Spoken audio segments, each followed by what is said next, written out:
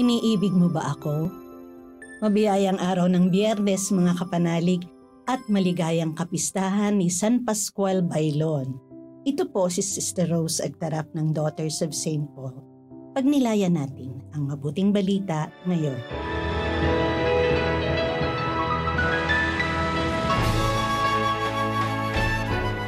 Nagpahayag si Jesus sa kanyang mga alagad. Nang makapag-almusal sila, sinabi ni Jesus kay Simon Pedro, Simon, anak ni Juan, mahal mo ba ako nang higit pa sa mga ito? Oo, Panginoon. Ikaw ang nakaalam na iniibig kita. Pakanin ang aking mga kordero. Simon, anak ni Juan, mahal mo ba ako? Oo, Panginoon. Ikaw ang nakaalam na iniibig kita. Akayin mo ang aking mga tupa. Simon, anak ni Juan, iniibig mo ba ako? Iniibig mo ba ako? Panginoon, ikaw ang nakaalam ng lahat. Alam mong iniibig kita. Pakanin mo ang aking mga tupa. Talagang sinasabi ko sa iyo, nang bata-bata ka pa, nagbibigkis ka sa iyong sarili at palakad-lakad ka saan mo man loobin. Ngunit pagtanda mo'y iditipa mo naman ang mga kamay mo at iba ang magbibigkis sa iyo at magdadala sa ayaw mo. Tinukoy naman ito ni Jesus bilang pananda sa paraan ng kamatayang ipanluluwalhati ni Pedro sa Diyos. At pagkatapos nito ay sinabi niya, Sumunod ka sa akin.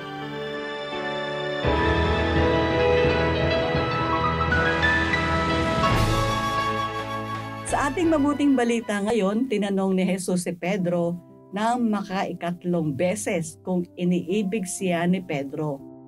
Narinig natin na ang pagtatanong ng Panginoong Jesus ay may progreso. Sa una, winigan niya na pakainin ni Pedro ang kanyang maliliit na tupa. Na sa aking personal na pagkaunawa ay yung mga bata at balo.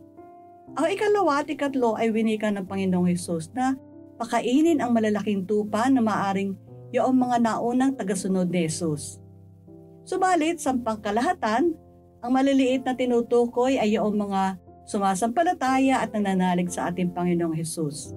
Mga kapanalig, ipinakikita lamang sa pagbasa na kay Pedro ipauubayan ni Jesus ang pangangalaga ng simbahang itinatag niya. Bilang kauna-unahang Santo Papa, ipinagkatiwala kay Pedro ang mga susi ng kaharian ng langit. Napakalaki ng responsibilidad ng mga sumunod sa kanya. Ngayon ay sa katauhan ng Santo Papa Francisco. Ipanalangin natin siya at ang mga obispo, pari, diakono, at mga lingkod ng ating simbahan. Amen.